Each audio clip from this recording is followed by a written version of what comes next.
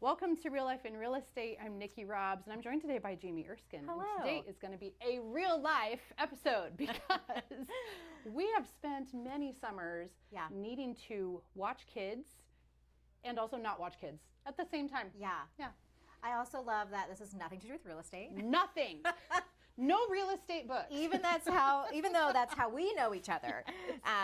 Yeah, this is going to be fun. This is going to be fun.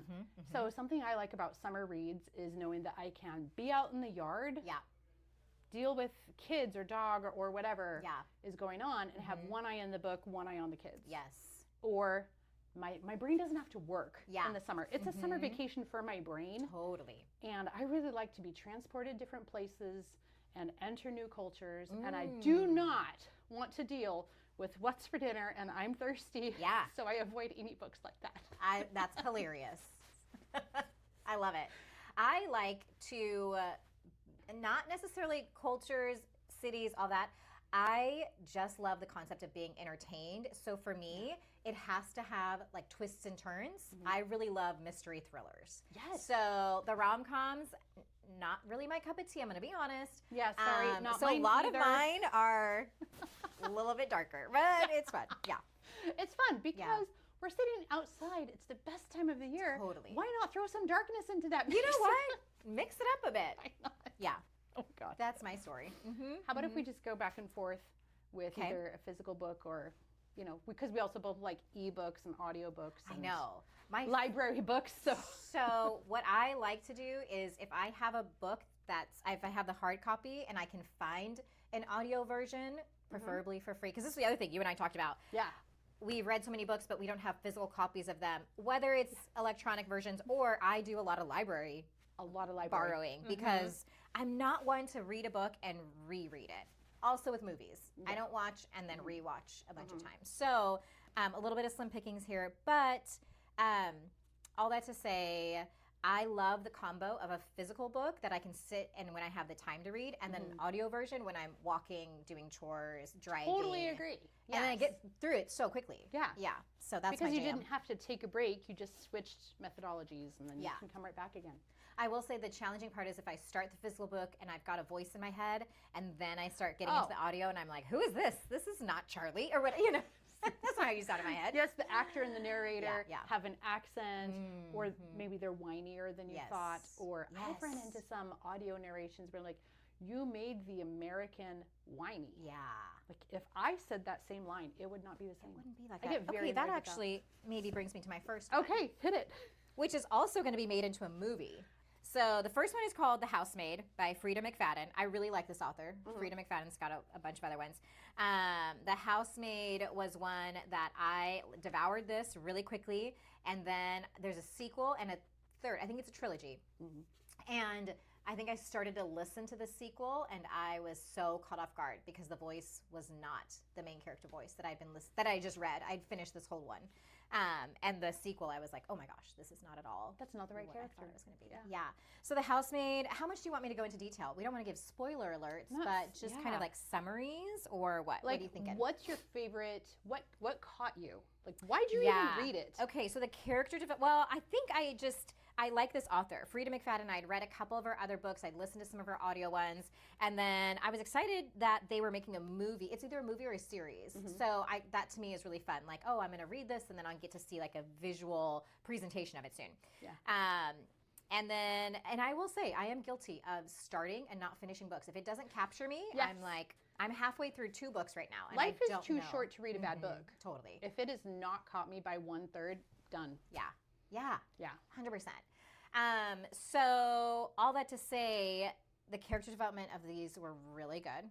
I think I got through maybe I did get through the second book, couldn't really grasp the third. It kind of lost me. So I slowly died off. So, but this first one, I love the character development. Definitely a big plot twist that's my jam. Yeah. And I like when you hear, I like when books go like character perspective shifts. And timeline changes. Those things are always fun for me because I love puzzles. So for me, I'm like trying to put the puzzle together before I get to the end. So you get to see the same situation from different viewpoints. Yeah. Empaths love that. Yeah. Yes. And I love the heroine. How do you say her name? Heroine. I know, that's fun. That feels like drugs. Heroine. She's just a strong character, and she kind of saves the day at the end. So I love that. Gets a little revenge. It's great. So that's my first one. That's The Housemaid, and hopefully it's going to be a movie or series or something soon. Great. Do you think it'll be on Netflix or something darker? Yeah, I know. I don't know, actually. So, okay, so if this is the thriller, mystery thriller? Nikki, all of my books here are a little bit, thriller, how would they? Psychological suspense. That's probably the genre of most of my books. Maybe not this one down here, the Hunting so Ones. You would recommend this for what ages? All of my books, I would say older.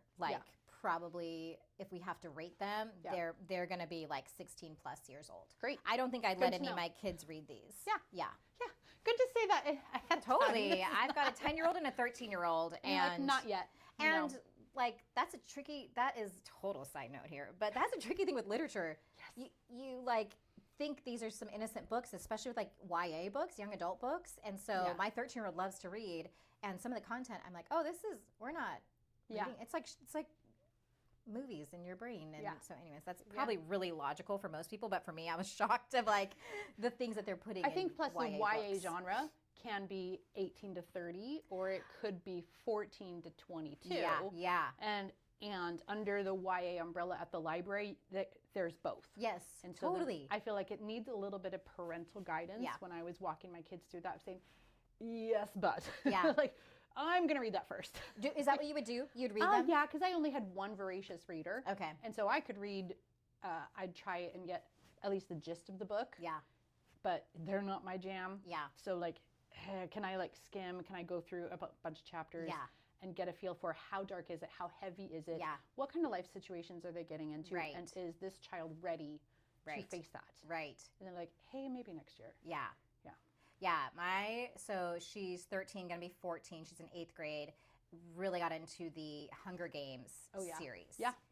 And I was a little hesitant because I'm like, I just remember it being so descriptive. Not so much like inappropriate in some of those, more the gory piece of it. I was worried about how descriptive those would get. And so there's a few times where she'd be reading it and she was like, oof, this is intense. But loves those books. Yeah. So she would recommend it. Because at the same time, that's a learning experience for how much can I handle? Yeah. Where do I draw the line? Yeah. As the reader, as the child, as the teenager in development of where are my boundaries around this?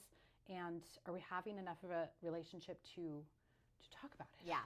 Yeah, Hunger Games was one. And then I read Wicked because she was really into Wicked. Yeah. Before the movies, this was quite a while ago. Yeah. I'm like, ooh, if you're really into this, let me go read the book first. I'm like, nope, no. Really? She was 11. Okay. I'm like, no. Yeah. No. Yeah. You can wait. Right. Not today.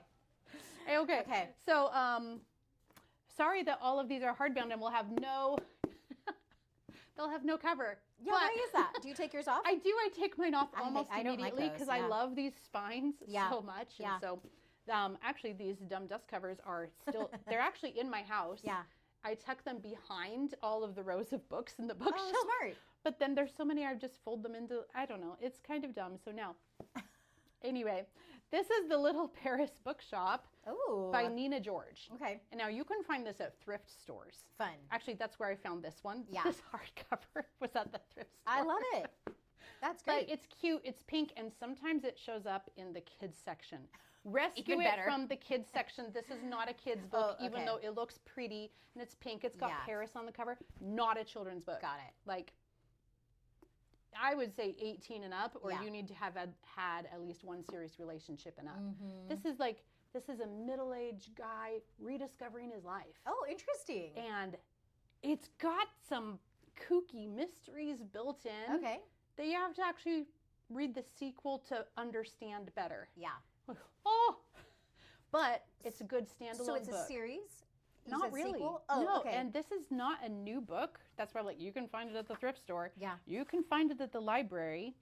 Nina George. That's so 2015. So 2015. Okay. And the sequel just came out last year. Oh, interesting. They waited 10 years. They're like, I'm like, are they ever gonna like solve the whole puzzle? Or are we just going to be left with this cliffhanger in the book of, okay, I get it, but I also don't? Yeah. So if you want that kind of book, I had to wait a long time to get the answer. Well, not now. Now you've got. Now I got it. I'm like, okay, and then the second book, because the Little Paris Bookshop. Yeah, yeah. You're in Paris. You're in Paris for the summer. Yeah. So this was a great travel book. I'm like, I am tasting that baguette while you are eating it. That. Okay. I am eating that veal along with you. That was fantastic. Oh, you get to live on bread and cheese and jam. Yeah. Yeah. I think that's fabulous. Like, we're going. Mm-hmm, mm-hmm. So very escapist read. Cool. But also, it's a middle-age saga. So I think you should have some life under your belt. So the main character is a guy. Yeah. Middle-aged guy. That's, yeah. And he's reminiscing about an old love. Yeah. And discovering his new life. As like, you know, just like the chapter change between what he did before and what he needs to do next. And I'm like, the writing is just like smooth chocolate. You can't get enough. I like that. I love it. Great description. Yeah. Okay. So there you go. The Little Paris Bookshop from 2015 in thrift stores for probably $1.50. I love it. Can't beat Underrated reads great. because you might need to just hurry up and run on over to the library. Yeah. So there you go. I love it. Okay. What's yours? Okay. So my second one is called Local Woman Missing. And I've seen that one a lot. Yes. So this was super fun because I read this, and then last summer my husband's family from South Africa came to stay with us, and we literally all passed it around. My mother-in-law, my father-in-w, Chad, all read it, and everybody couldn't believe the ending. They couldn't put it down. So this was actually our quintessential summer book last summer. That's fantastic. So, yeah. Really, really good. I actually just started reading another one of hers called, it's on my audiobook. This is by Mary Kubica? Kubica, yeah. The one I just started listening to the audio, She's Not Sorry. Okay. Oh, there she goes. So yeah, I haven't read any other books by her, but this one was really funny. Actually, Chad and I when we were traveling, we were at the airport, and that's one of my favorite things is going to those little Hudson newsstands. Yes, and I always buy a book every time. I just feel like they always have the best. I need an airport book. Yeah. So we were going, and I got this, and he got this like giant scientific how to biohack your life giant one. You know, of course he would. It's like a textbook, and I'm this tiny little fiction read, and I just realized like, wow, we couldn't be more different. But you different. probably finished your book. 100%. And he did not. No. And he actually loved this. So you have a book that appealed to two different generations, both men and women. Yes. Incredible. Yes. Yeah. So, and again, this is one that definitely jumps. So in the beginning, it was like, you're trying to keep track because it's like different characters and different timelines. So you're trying to remember, okay, who is this and where do they fit and all of that. But it pretty smoothly like all connects, and it's really easy to follow. Yeah. But there's a lot of jumping timelines, present and past and things like that. Fun. Yeah. Fun. Yeah. And really How do they handle that in written form though? Did they change font? It's just the name of chapters. So it'll be chapter. like, let's say the character's name is Nikki. It'll be Nikki 2025. Okay. Nikki present. So then that helps you. Yeah. Okay, I'm grounded in time and space. I know what's going on. Yep. Yeah. Exactly. Handy. So yeah. Murder mystery. Yes. Psychological thriller. Like psychological thriller. It's going to be all of mine. I can't tell you otherwise. Yes, this is basically, it's about a girl who goes missing. And just kind of the story of the people that were in her life and how they handled her disappearance. And then you get to the end and you get to hear exactly what happened to her. So well, it says local. Do you remember which location that is? I couldn't tell you. Okay. So it doesn't matter. We didn't play that big of a role. Let's see, not Paris, I'll tell you not that. Paris. Yeah. I don't even know. Yeah, I have no clue. Okay, great. So apparently that is not part of the plot. Part of the the location was not pivotal. Yeah, very good, very good. Okay, what's your next one? My next one, underrated drama. There's political drama about this book. It's called American Dirt by Janine Cummins. Like the story is political drama, or you mean in our culture today there's political drama around this? Both. Oh, okay. And it's not new. So I love it. Actually, Janine Cummins just finished her next book, and I can't wait to get it, but I chose not to pre-order it. Yeah. Because I pre-ordered someone else's book. I'm like, there is like a book budget. Oh, it's got a little map in the front. It has front. a little map, so you can center yourself. Okay. So American Dirt is about someone's journey from Mexico to the United States. Oh, okay. Not going through proper channels. Yeah. Because it's not possible. Yeah. And so, okay, what year? Where I should, 2019, so It's not that old, but it is pre-pandemic. Pre-pandemic. Yeah. Under a different presidency. Totally. Under two more presidencies. Yeah. What I liked about this is that it gave a lot of real life experience to the stuff I couldn't possibly understand. Yeah. Without this book. Yeah. I couldn't possibly put myself in their shoes of, I am running for my life. Right. And I'm being hunted. Yeah. And I have nowhere else to go. And Right. I'm just trying to find safety, whatever safety looks like. Yeah. Whatever safety may be. I'm not trying to get to the U.S. because I'm trying to get to that specific place. I'll take anything. Yeah. And the main character is a woman, and she's got a child, and so for me that's super empathetic. Yes. But sometimes in the summer you gotta cry. You can't just go to Paris all the time. Yeah. Totally. And this was a huge empathetic crying on the couch. I relate to the character. Really well, and it changed some of my views. Interesting. So I love it when books really challenge you to the point of like, oh. Yeah, I don't believe that anymore. Yeah, think differently. Yeah. I can think differently now because I've seen the other side of something where I couldn't have possibly conceived of it before. So it's controversial, but as far as like being able to be in the yard or be around the kids or while I'm running or while gardening, it was very entertaining, really well written, kept my attention the whole time. Yes. Because there's nothing worse than pulling weeds with an audiobook in and thinking, I would rather be doing something else. Yeah. Not just, I'd rather not be weeding, I'd rather not be listening to this. Yeah. So, excellent. I love the pairing of chores and a good audiobook. Yeah. And I also love, you've traveled in both of these books. I do really, I like to travel and I don't get to do it as much as I want. Yeah. But through the gift of books. Okay, so that is our theme. You've got all these dark things and every single one of these, and I have a virtual honorable mention if we get there. Okay. Also in a different land. Yeah. I didn't do it on purpose. That's so funny. Yeah, there's not a ton, like I tried to get into like a sci-fi one that was a little bit more futuristic, and I just couldn't bite into it. It really is like, it's gotta be real people as far as like characters go. Like I'm not going to read about aliens and da-da-da. But so the one I was thinking of, I don't have it, but The Nightingale, I mentioned to you before we started filming. So amazing. That was one. So as a reader, I don't gravitate towards those. So that is a historical fiction book by Kristen Hanna. I don't naturally, but the writing was so rich and so good. You felt like you were in it. Yeah. And I have never cried more. I agree. In a book than reading that. And I read that one. I didn't listen. I've never experienced physical pain while reading a book. Yes. Except for that book. Yeah. Like.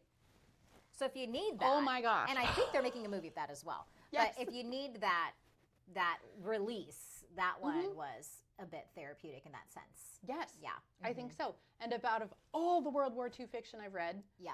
That brought new light into a piece of the war that I had never seen before. Yeah. So if you're new to World War II fiction, start here. Yeah.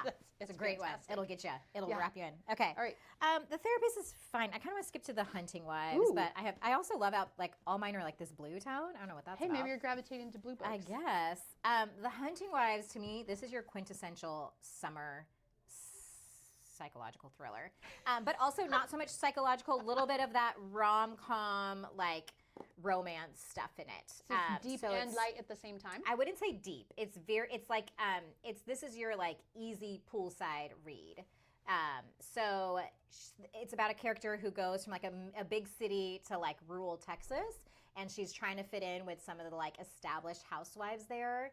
And so if you've ever watched any of like the Real Housewives, those reality TV shows, you feel like you're kind of in that setting with this gal who's just not quite, but wants to fit in. But there is like twists and turns in it, and it's one that you like. I remember thinking like, I can't put this down. It's so fun. And there is a sequel, possibly it might be a trilogy of hers.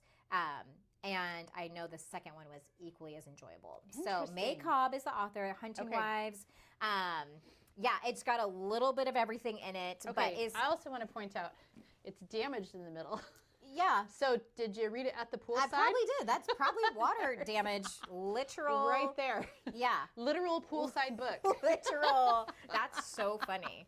Yeah, and there's some green marker on there. This is just proof I'm a mom and I live my life with that. Yep. Someone splashed you, I'm sure. Totally. It probably was, Mom, watch this. And like, oh 100%. My gosh. Let me close the book first. 100%. Yeah, most of my, actually, look at these. This is, you're all this warped one, everywhere. I got this from my friend Shannon, and this definitely just full on submerged in water.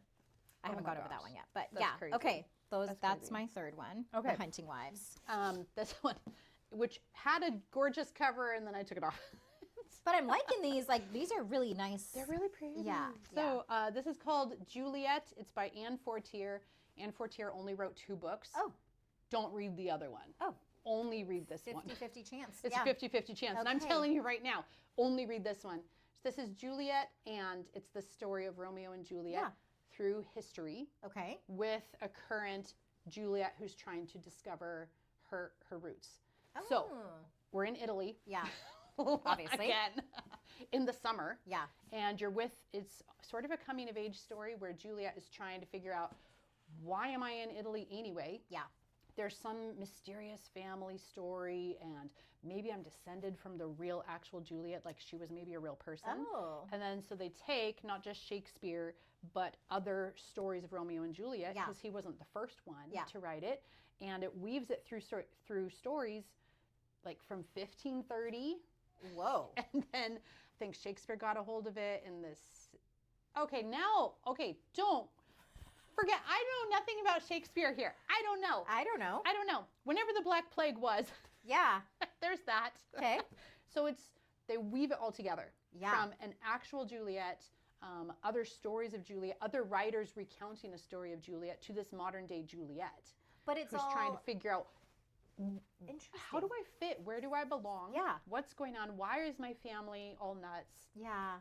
And she's got the fish out of water experience of being in Italy, but not being able to speak Italian. So that's fun. Yeah. I mean, that's always fun. And there's a love story. This is the most romantic. No. Oh, actually, the Paris Bookshop's more romantic. But okay. I lent this to my dad. Okay. Okay. So, racy enough that I can hand it to my dad. Yeah. Not racy enough that I can hand it to my Totally. dad. That's more, yeah. Yeah, both things. I would give this to my 20-year-old daughter. Okay. Probably even at 16. Yeah. Because it's cute and it's well done, and there's innuendo without having to be graphic. Sure. It's like, it's just well done. Okay. And my dad liked it. Okay. So. That's great. Ha! I mean, sounds like it appeals to anybody. It could. Anyone who wants to go to Italy for the summer. I like it. It's pretty great. Okay. Also, this is like from 2012. Okay. So I have read this almost every summer since that year. You reread it. Because this is one of those books where the twists and turns are so complex, it's easy to forget them by the next year. Wow. So I've owned it for about 14 years. I think I've read it 12 times. That's amazing. I have never reread a book. It's my poolside book. Okay. Not this copy, though. Yeah. Which I found at a thrift store. And I love it. I have a paperback copy. Okay. That I bought at the grocery store when I first found it. Just in case. You got a backup. Well, actually, that was the first version, and then it was starting to get tattered because I read it all the time. Like, I'm going to get a display copy. Nice one. Okay. Wow. 12 times. That's really impressive. Yeah. Or okay. terrible. And you're like, well, my last one is called The Therapist, and I'm pretty sure my friend Shannon was the one who lent this to me. Well loved. It's been passed around. That's the other thing. I love, in my friend circle, we love sharing books. Yeah. And so often we get things like this, and it's like, oh, it's going to be good. So something I do is when I love a book, I get a hard copy. Yeah. But I share my paperback. Oh, smart. That way, if it doesn't come back, I'm okay. Yeah. That's really smart. This one I read a little while ago, and I just had a physical copy, so I was like, oh, I remember liking this. So I had to do a little research, like, what was this one about? So about a couple who moves into a exclusive neighborhood called the Circle. There's only like a dozen homes in this gated neighborhood, and as they move in, they're just getting really weird interactions with their neighbors. They got the house on like a really good deal. So you're just starting to think like maybe something was going on with this house, maybe in this neighborhood. And so throughout the book, the main character is Alice, and she is trying to befriend the people in the neighborhood, but she's also trying to understand a crime had happened in her home, and that's why they got it for so cheap. She doesn't know that when they first move in. So we did talk about real estate. So when a crime happens in the home and you get it for don't cheap. have to disclose that, by the way. So, but yeah, so she's trying to figure it out, and it's pretty interesting because the whole time you're reading, everybody is getting a little bit suspicious. Like you're trying to think like, oh, that neighbor is definitely that neighbor.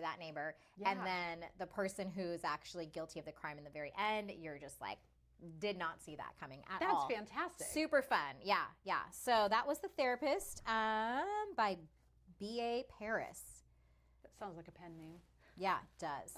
Also wrote a book called Behind Closed Doors, which sounds familiar as well. But nice.